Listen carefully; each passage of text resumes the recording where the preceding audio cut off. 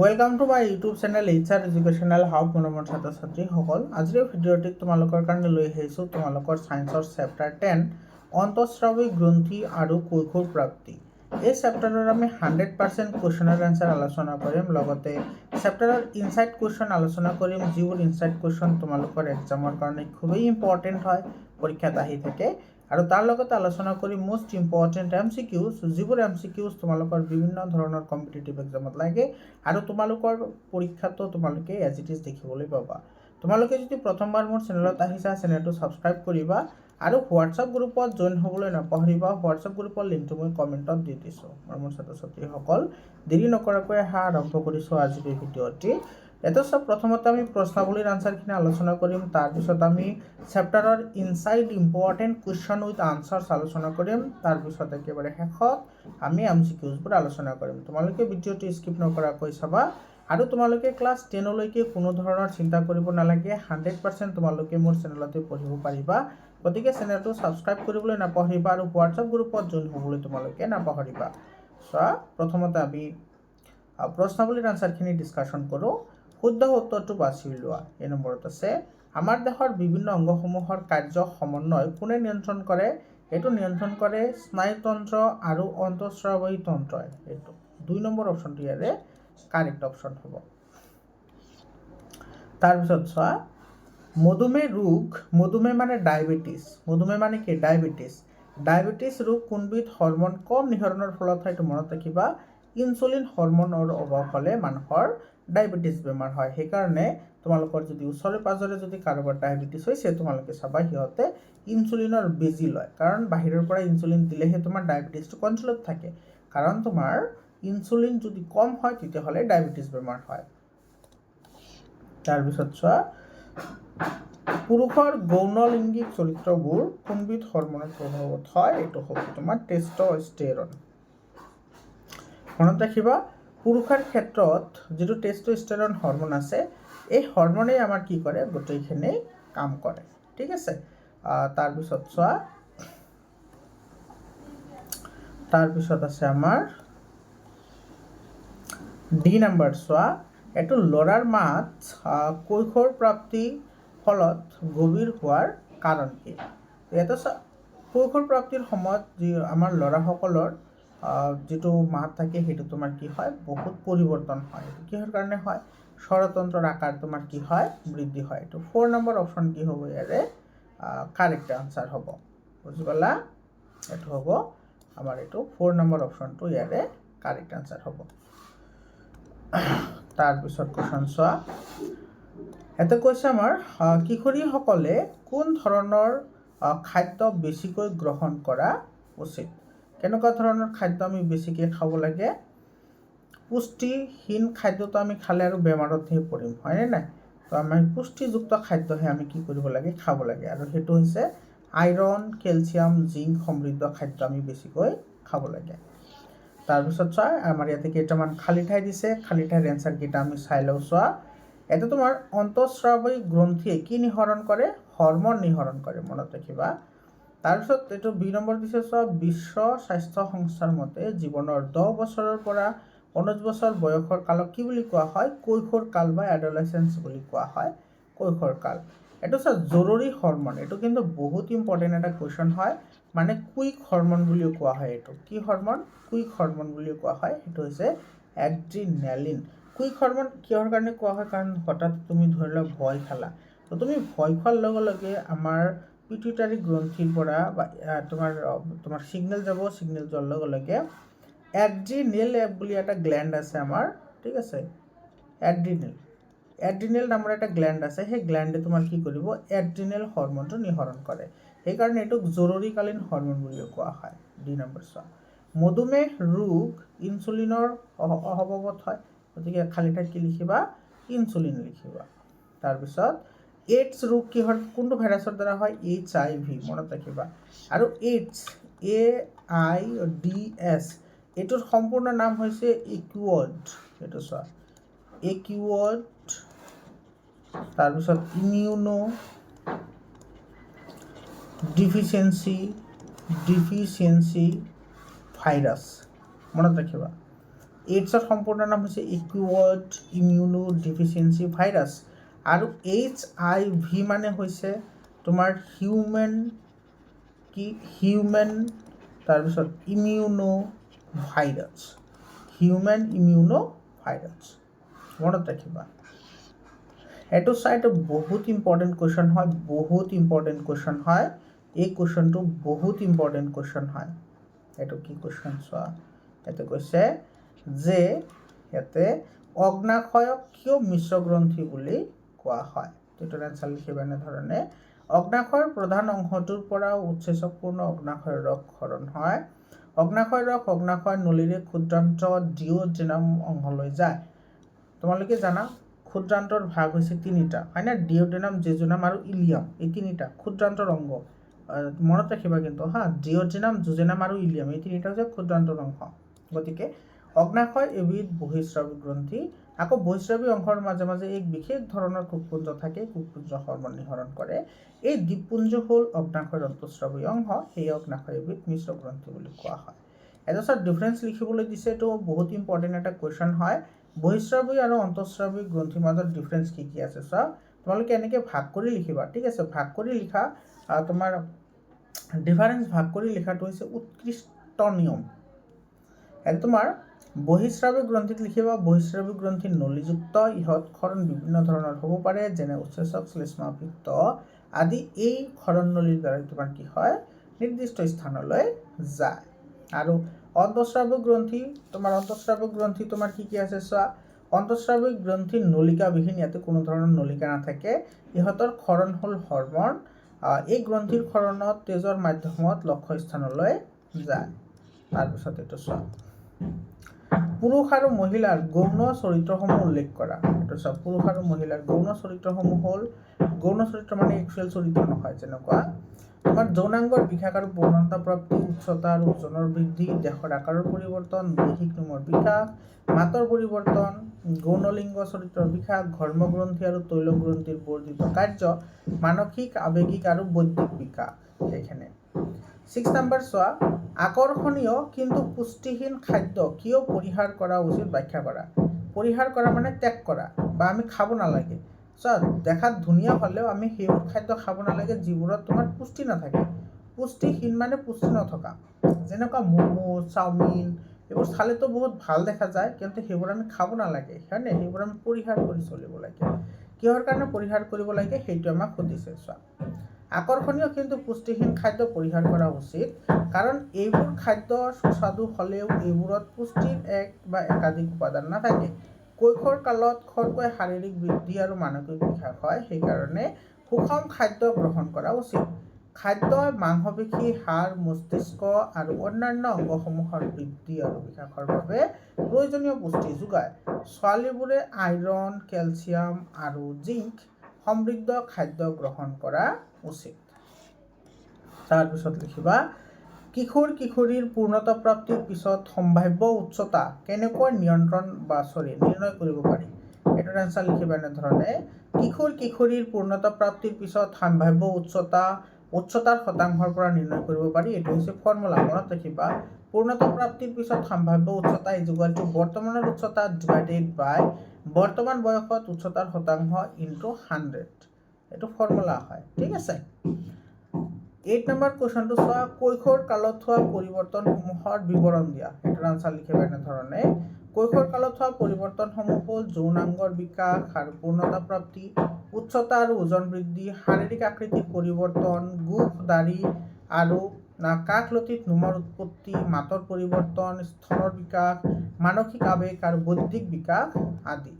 তাৰপিছত কৈশোৰ কালত এই পৰিৱৰ্তনবোৰ পৰিলক্ষিত হয়, শিশুকালত ইয়াৰ সাধাৰণ পৰিৱৰ্তনহে হয়, কিন্তু কৈশোৰ কালত এই পৰিৱৰ্তনবোৰ দ্ৰুতগতিত হয় আৰু মানুহৰ দৃষ্টিগোচৰ হয়।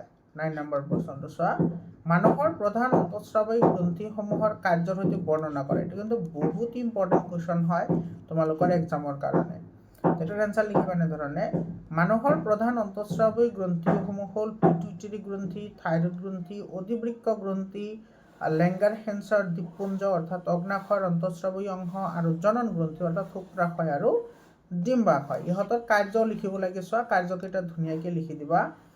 পিটুইটাৰী গ্ৰন্থিৰ কাম লিখিব প্ৰথমতে এই গ্ৰন্থি আকাৰত এটা মটৰ গুটিৰ সমান ই মস্তিষ্কৰ অংকীয় ভাগত অৱস্থিত পিটুইটাৰীয়ে দেহৰ বৃদ্ধি আৰু অন্তঃস্ৰাৱিক গ্ৰন্থিৰ ক্ষৰণ আৰু ক্ৰিয়া নিয়ন্ত্ৰণ কৰে সেয়ে ইয়াক মাষ্টাৰ গ্ৰন্থি বোলে চ' মই অলৰেডি কৈছোঁ কথাখিনি আৰু মন কৰিবা যিটো পিটুইটাৰী গ্ৰন্থি আছে সেইটো আমাৰ দেহৰ বৃদ্ধি কৰে মানে আমি কিমানখিনি ডাঙৰ হ'ম দীঘল হ'ম সেই গোটেইখিনি পিটুইটাৰী গ্ৰন্থি তোমাৰ কি কৰে নিহৰণ কৰে কিছুমান মানুহ তোমাৰ একেবাৰে সৰু হয় চাপৰ হয় যিসকলক আমি মানে ইটিকিং কৰি ডেৰভুটীয়া বুলি কওঁ একচুৱেলি সেইটো সিহঁতৰ দুখ নহয় সেইটো দুখ হৈছে তোমাৰ এই পিটুইটাৰী গ্ৰন্থি কাৰণ পিটুইটাৰী গ্ৰন্থিয়ে হৰমন কমকৈ নিহৰণ কৰে সেইকাৰণে ই ডাঙৰ দীঘল হ'ব নোৱাৰে বুজি পাইছানে সেইকাৰণে আজিৰ পৰা কাকো সেই ডেৰফুটীয়া মানুহসকলক ডেৰফুটীয়া বুলি নকবা থাইৰয়ড গ্ৰন্থি চোৱা ই মানুহৰ আটাইতকৈ ডাঙৰ অন্তঃস্ৰাৱিক গ্ৰন্থি ই গ্ৰীবৰ সন্মুখ ভাগত শ্বাসনলীৰ ওপৰত অৱস্থিত থাইৰয়ড গ্ৰন্থিৰ হৰমনে সাধাৰণ বিপাক আৰু বৃদ্ধি তোমাৰ কি কৰে নিয়ন্ত্ৰণ কৰে আৰু এটা কথা মনত ৰাখিবা থাইৰয়ড গ্ৰন্থিয়ে থাইৰক্সিন হৰমন নিহৰণ কৰে কি হৰমন নিহৰণ কৰে থাইৰক্সিন হৰমন নিহৰণ কৰে আৰু এই থাইৰক্সিন হৰমন যদি কম হয় তেতিয়াহ'লে মানুহৰ গৰল বেমাৰ হয় গৰল বেমাৰ যাক ইংৰাজীত গয়টৰ বুলি কয় তোমালোকে গম পাইছা কোনটো বেমাৰৰ কথা কৈ আছো এই বেমাৰ হ'লে মানুহৰ গলটো ফুলি উঠে হয়নে তোমালোকে লক্ষ্য কৰিছাই চাগে তাৰপিছত চোৱা কৈশোৰ প্ৰাপ্তিত হৰমনৰ প্ৰভাৱৰ বিষয়ে বহলাই লিখা এইটো এনচাৰ লিখিবা এনেধৰণে যৌনাৰম্ভণৰ তাৎপৰ্যপূৰ্ণ পৰিৱৰ্তনবোৰ হ'ল প্ৰজনন ক্ষমতা লাভ শাৰীৰিক বৃদ্ধি মানসিক বিকাশ আদি হৰমনৰ প্ৰভাৱত হয় যৌৱনাৰম্ভ পিটুইটাৰী গ্ৰন্থি হৰমনৰ প্ৰভাৱত দেহৰ আন অন্তঃস্ৰাৱিক গ্ৰন্থিবোৰো সক্ৰিয় হৈ পৰে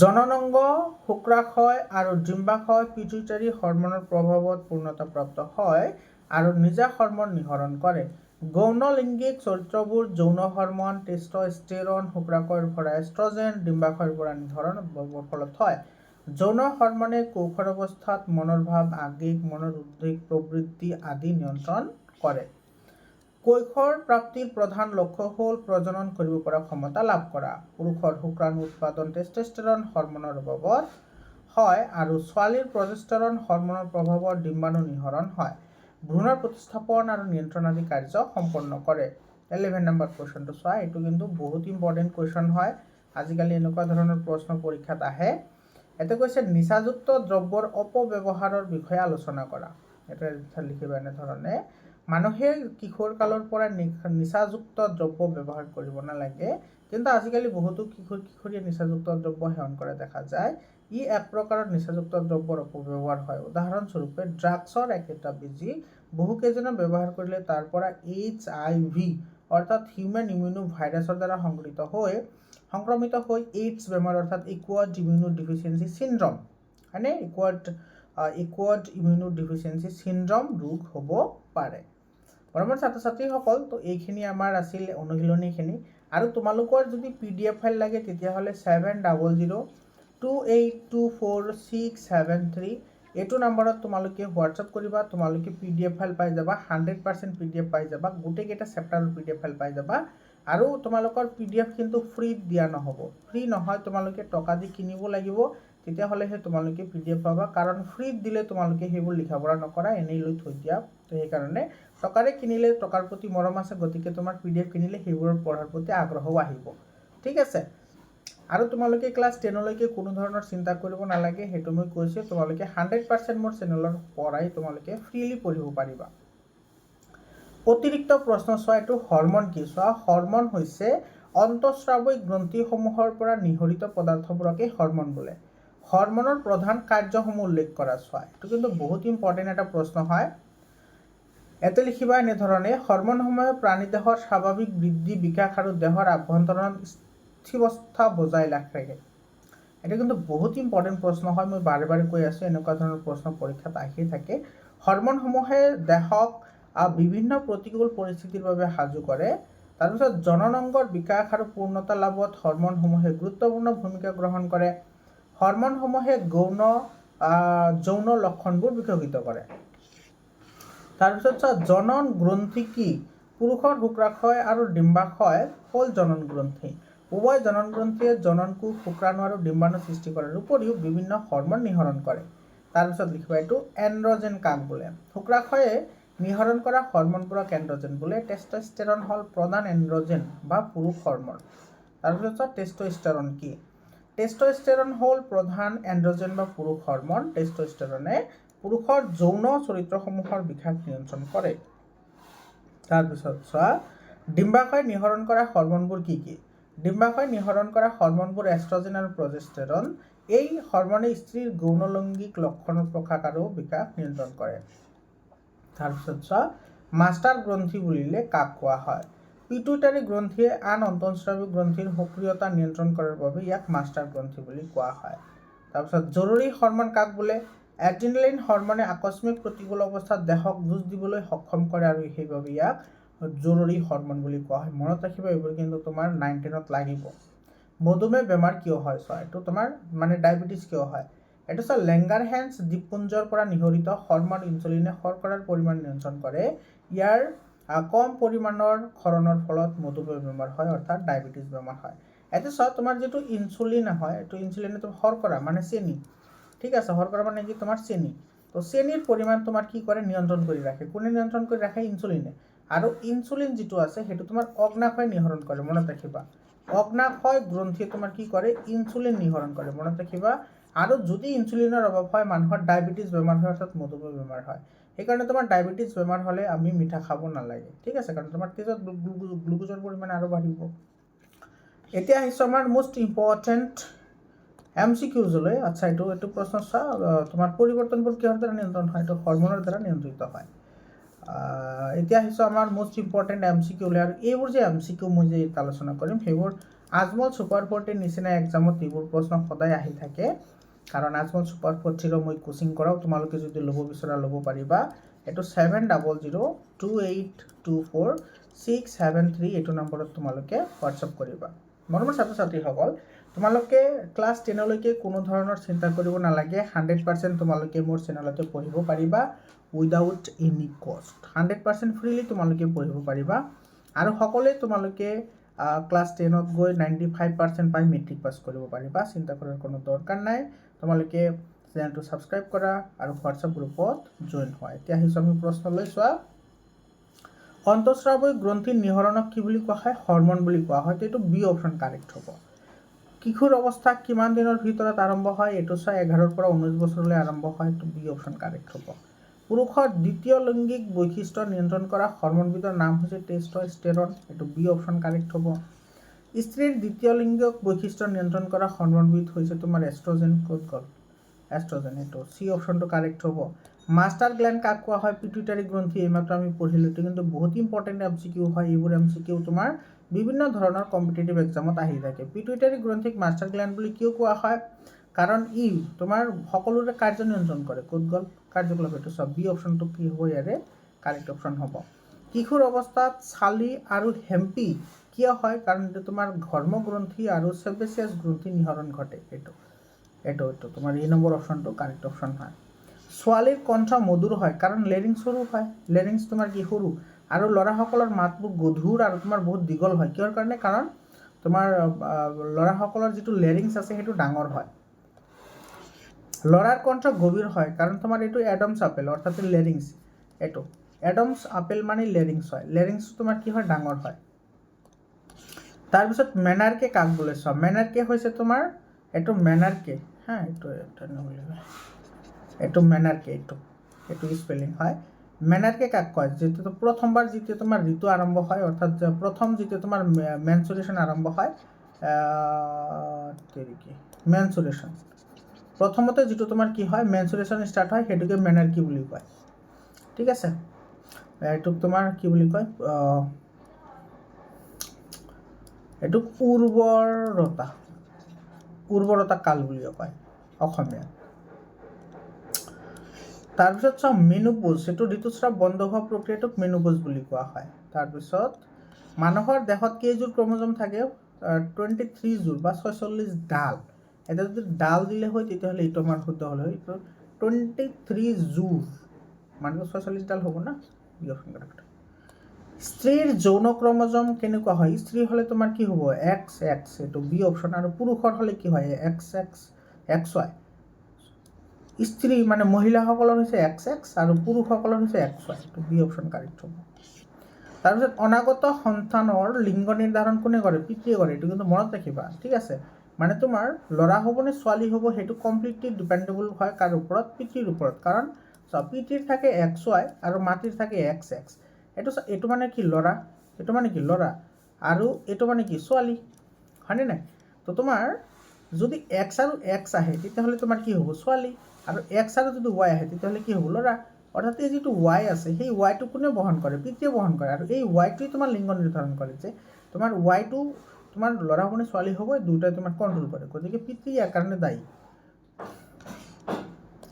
অপৰিণত ডিম্বাণু পৰিণত হৈ যৌৱন প্ৰাপ্তি ঘটায় কিমান বছৰ বয়সত? 10ৰ পৰা 12। বি অপশ্যন কাৰেক্ট অপশ্যন হ'ব। ঋতুস্ৰাৱ কিমান দিনৰ ব্যৱধানত হয়? এইটো 28-30 দিনৰ ভিতৰত হয়, হয়নে? মানে মেনচুৰেশ্যন কাল 28-ৰ পৰা 30। গইটৰ ৰোগ, এইটো চোৱা, গইটৰ মানে গৰল, গইটৰ মানে গৰল ৰোগ, এইটো কিহৰ অভাৱত হয়? এইটো আয়োডিনৰ অভাৱত হয়। এইটো মনত ৰাখিব, বহুত ইম্পৰ্টেণ্ট কুৱেশ্যন হয়। আৰু এইটো তোমাৰ যিটো আমাৰ থাইৰইড গ্ৰন্থি আছে, চাবা, থাইৰইড গ্ৰন্থিয়ে তোমাৰ এবিধ হৰমন নিঃসৰণ কৰে যাৰ নাম হৈছে থাইৰক্সিন। যাৰ নাম কি? থাইৰক্সিন। আৰু এই থাইৰক্সিন যিটো হৰমন আছে সেইটো তোমাৰ আয়োডিন তোমাৰ বহুত দৰকাৰ হয়। গতিকে আয়োডিনৰ অভাৱ হ'লে থাইৰক্সিন উৎপন্ন নহয়, আৰু থাইৰক্সিন উৎপন্ন নহ'লে তোমাৰ কি হয়? গৰল বেমাৰ হয়। মনত ৰাখিবা, গোটেইখিনি কথা ইম্পৰ্টেণ্ট হয়। থাইৰক্সিন হৰমন কোনে নিঃসৰণ কৰে? থাইৰইড গ্ৰন্থি নিঃসৰণ কৰে। ইনচুলিনৰ অভাৱত ডায়েবেটিছ বেমাৰ হয় বা মধুমেহ বেমাৰ হয়। তাৰপিছত ফাইট অৰ ফ্লাইট পৰিস্থিতিত কোন হৰমনে কাম কৰে? এড্ৰিনেলিন হৰমনে কাম কৰে। আৰু এড্ৰিনেলিন যিটো হৰমন আছে সেইটো তোমাৰ এড্ৰিনেল গ্ৰন্থিয়ে তোমাৰ কি কৰে? নিঃসৰণ কৰে। এড্ৰিনেল গ্ৰন্থিয়ে নিঃসৰণ কৰে। তাৰপিছত চোৱা, তোমাৰ এইটো বেঙৰ মেটামৰফচিছ নিয়ন্ত্ৰণ কৰে কোনে? এইটো তোমাৰ থাইৰক্সিনে নিয়ন্ত্ৰণ কৰে। ক'ত গ'লে এইটো কিন্তু মেটামৰফচিছ মানে বেঙৰ ৰূপান্তৰণ। এইটো বেঙৰ ৰূপান্তৰণ আমি আগৰ চেপ্টাৰত পঢ়িছোঁ ৰূপান্তৰণটো, তাতে তোমালোকে চাই ল'বা। বেঙৰ ৰূপান্তৰণ এইটো থাইৰক্সিন হৰমনে নিঃসৰণ কৰে। অৰ্থাৎ তোমাৰ য'ত তোমাৰ ইহঁতে বহি প্ৰজনন কৰে তাতে তোমাৰ কি থাকিব লাগে? আয়োডিন থাকিব লাগে। এইটো কিন্তু মনত কৰিবা, ইম্পৰ্টেণ্ট হয়।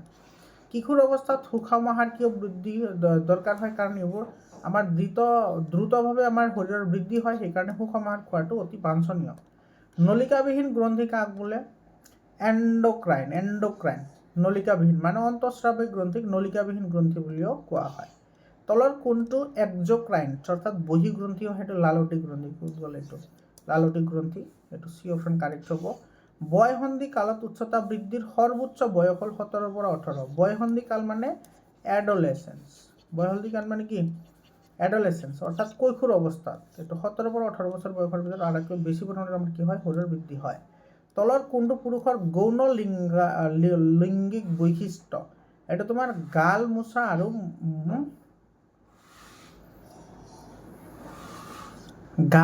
আৰু মুছলমান ধেত্ৰী কি ইয়াতে গাল মোচা আৰু ইয়াতে লিখিবা কৰ্কশ মাত, সেইটো লিখিবা। তাৰপিছত আছে তোমাৰ তলৰ কোনটো স্ত্ৰীৰ গৌণলিংগিক বৈশিষ্ট্য? স্তনৰ বিকাশ। সেইটো ছোৱালীসকলৰ তোমাৰ বুকু ডাঙৰ হয় যেতিয়া সিহঁতৰ মানে গৰ্ভধাৰণ ক্ষমতা আহে। তাৰপিছত ডিম্বাণু নিষেচিত নহ'লে কি হয়? ঋতুস্ৰাৱ হয়। বি অপশ্যন কাৰেক্ট অপশ্যন হয়। তাৰপিছত কিশোৰ অৱস্থাত মানসিক পৰিৱৰ্তন অন্তৰ্ভুক্ত। এইটো চব মানসিক পৰিৱৰ্তনৰ অন্তৰ্ভুক্ত। এইটো স্বাধীন হোৱাৰ ইচ্ছাও থাকে, আত্মসচেতনতা বৃদ্ধি পায়, বিপৰীত লিংগৰ প্ৰতি আকৰ্ষণ হয়তো হয়, ওপৰৰ সকলো। গতিকে ডি অপশ্যন কাৰেক্ট হ'ব ইয়াতে, হয়নে? এজাৰছন ৰিজনিঙৰ প্ৰশ্ন চোৱা। এজাৰছনত কি কৈছে? অন্তঃস্ৰাৱিক গ্ৰন্থিক নলিকাবিহীন গ্ৰন্থি বুলি কোৱা হয়। কাৰেক্ট হয়। ইহঁত নলীৰ জৰিয়তে নিঃসৰণ ত্যাগ কৰাৰ পৰিৱৰ্তে পোনপটীয়াকৈ ৰক্তত মিহলাই দিয়ে। এইটো কাৰেক্ট হয়। গতিকে ই অপশ্যন কাৰেক্ট হ'ব ইয়াতে। পিটুইটাৰী গ্ৰন্থিক মাষ্টাৰ গ্ৰন্থি বুলিও কোৱা হয়। কাৰেক্ট হয়, কাৰণ পিটুইটাৰী গ্ৰন্থিয়ে আন গ্ৰন্থিসমূহক নিয়ন্ত্ৰণ কৰে। গতিকে এইটো কাৰেক্ট হয়। গতিকে এ নম্বৰ অপশ্যন ইয়াতে কি হ'ব? কাৰেক্ট অপশ্যন হ'ব। তাৰপিছত চোৱা, এইটো বয়সন্ধি কালত অৰ্থাৎ এডলেচেন্সত সময়ত ল'ৰা ছোৱালীৰ মুখত চালি আৰু হেম্পি ওলায়। এইটো কাৰেক্ট হয়। এই সময়ত ঘাম গ্ৰন্থি আৰু সেবেচিয়াছ গ্ৰন্থিৰ নিঃসৰণ বাঢ়ি যায়। এইটো কাৰেক্ট হয়। গতিকে এইটোৰো এ নম্বৰ অপশ্যনটো কি হ'ব? কাৰেক্ট হ'ব। অনাগত সন্তানৰ লিংগ নিৰ্ধাৰণ পিতৃৰ ভূমিকা থাকে। এইটো কাৰেক্ট হয়, এইমাত্ৰ পঢ়িলোঁ। মাতৃৰ ডিম্বাণু X ক্ৰমোজম বহন কৰে আৰু পিতৃৰ X আৰু Y যিকোনো থাকিব পাৰে। এইটো কাৰেক্ট হয়। গতিকে এ নম্বৰ অপশ্যনটো কি হ'ব? ইয়াৰে কাৰেক্ট অপশ্যন হ'ব। এইবোৰ এজাৰশ্যন ৰিজনিঙৰ প্ৰশ্ন কেনেকৈ সমাধান কৰিব লাগে আগৰ ভিডিঅ'বোৰত চাই ল'বা। মই ষ্টাৰ্টিঙতে মই ধুনীয়াকৈ বুজাই দিছোঁ কেনেকৈ কৰা হয়। আৰু তোমালোকে কোনো চিন্তা কৰিব নালাগে, 100% তোমালোকে এনচাৰ পাবা, কোনো চিন্তা কৰিব নালাগে। তোমালোকে যাতে পৰীক্ষাত ভাল নম্বৰ এটা পোৱা, ঠিক আছে। বয়সন্ধি কালত ল'ৰা ছোৱালীৰ উচ্চতা দ্ৰুতগতিত বাঢ়ে, কাৰেক্ট হয়। এই সময়ত বৃদ্ধি হৰমন নিঃসৰণ কৰে, কাৰেক্ট হয়। আৰু বৃদ্ধি হৰমন কোনে নিঃসৰণ কৰে? পিটুইটাৰী গ্ৰন্থিয়ে। কোনে? পিটুইটাৰী গ্ৰন্থিয়ে, হয়নে? গতিকে এইটো এই নম্বৰ অপশ্যনটো কি হ'ব? কাৰেক্ট অপশ্যন হ'ব। ইয়াতে চোৱা, ইয়াতে তোমাৰ কেছ বেছ কেইটামান মই কুৱেশ্যন লৈছোঁ। তোমালোকে এই পেৰাগ্ৰাফটো পঢ়িবা, এইটো তোমালোকে ভিডিঅ' পজ কৰি পঢ়া। এইবোৰ তোমালোকে ইগন'ৰ নকৰিবা। এইবোৰ পঢ়িলে তোমালোকৰ যিটো ৰিডিং স্কিল সেইটো তোমাৰ ডেভেলপমেণ্ট হ'ব, ঠিক আছে। এতিয়া আহিছোঁ আমাৰ কুৱেশ্যন লৈছোঁ। এতিয়া কৈছে তোমাৰ অন্তঃস্ৰাৱিক গ্ৰন্থৰ নিঃসৰণক কি বুলি কয়? হৰমন বুলি কয়। কোন গ্ৰন্থিক মাষ্টাৰ গ্লেণ্ড বুলি কোৱা হয়? পিটুইটাৰী গ্ৰন্থিক মাষ্টাৰ গ্লেণ্ড বুলি কোৱা হয়, হয়নে? তাৰপিছত চব পুৰুষৰ যৌন হৰমনৰ নাম কি? টেষ্টষ্টেৰন। স্ত্ৰীৰ যৌন হৰমনৰ নাম হৈছে এষ্ট্ৰজেন। আৰু এটা তোমাৰ কেছ বেছ ষ্টাডি লৈছোঁ, চোৱা এইটো তোমালোকে পঢ়িবা। ইয়াৰে কুৱেশ্যনটো চোৱা কি কৈছে ইয়াতে, তলৰ কোনটো ল'ৰাৰ গৌণ নিৰ্ণয়ক বৈশিষ্ট্য? এইটো গালমোচা ওলোৱা, মানে শালমইনা ওলাই যায় আমাৰ গালত, হয়নে? ছোৱালীৰ বয়সন্ধি কালত কিমান বছৰত আৰম্ভ হয়? এইটো 10 বছৰৰ পৰা 12 বছৰ। বি অপশ্যন কাৰেক্ট হয়। গৌণলিংগক বৈশিষ্ট্য কাক বোলে? এইটো চোৱা, পুৰুষ আৰু স্ত্ৰীৰ পৃথক বৈশিষ্ট্যবোৰক গৌণলৈংগিক বৈশিষ্ট্য বোলে, যেনে ল'ৰাৰ গালমোচা, ছোৱালীৰ স্তন বিভাগ। এইটো চোৱা, গৌণলৈংগিক বৈশিষ্ট্য মানে বুজি পাইছানে তোমালোকে কমেণ্ট কৰি জনাবা। যদি বুজি পোৱা নাই, মই এইটোৰ ওপৰত বেলেগ এটা ভিডিঅ' এটা বনাই তোমালোকক দি দিম, ঠিক আছে। এডাম চেপল মানে লেয়াৰিং, যিটো আমাৰ যে গলত যে ফুলি উঠে যে লৰচৰ কৰে, সেইটো এই যে আমাৰ যিটো কথা হ'ব, এইটো চোৱা, ল'ৰাৰ ডিঙিৰ ওলোটা অংশটোক এডাম চেপল বোলে। বয়সন্ধি কালত লেয়াৰিংছ অৰ্থাৎ ভইচ বক্স ডাঙৰ হোৱাৰ ফলত এনে হয়। তাৰপিছত চোৱা, এইকেইটা তোমালোকে, এইটো বহুত ইম্পৰ্টেণ্ট হয়। এই তালিকাখন তোমালোকে স্ক্ৰীনশ্বট মাৰি ৰাখা নাইবা লিখি ৰাখা। এইটো বহুত ইম্পৰ্টেণ্ট হয়। ক্লাছ 9, 10, 11, 12 গ'লে তোমালোকৰ এইবোৰ লাগিব যদি ছায়েন্সত পঢ়া, মৰমৰ ছাত্ৰ ছাত্ৰীসকল। তো এইখিনি আছিল, তোমালোকক আশা কৰিছোঁ ভিডিঅ'টো একেলগে চাইছা। ভিডিঅ'টো ভাল লাগিলে লাইক কৰিবা, কমেণ্ট কৰিবা, শ্বেয়াৰ কৰিবলৈ নাপাহৰিবা। আৰু হোৱাটছআপ গ্ৰুপত জইন হ'বলৈ নাপাহৰিবা। হোৱাটছআপ গ্ৰুপৰ লিংকটো মই কমেণ্টত দি দিছোঁ। আজিৰ কাৰণে এইখিনিয়ে, আকৌ লগ পাম বেলেগ এটা ভিডিঅ'লৈ। ধন্যবাদ।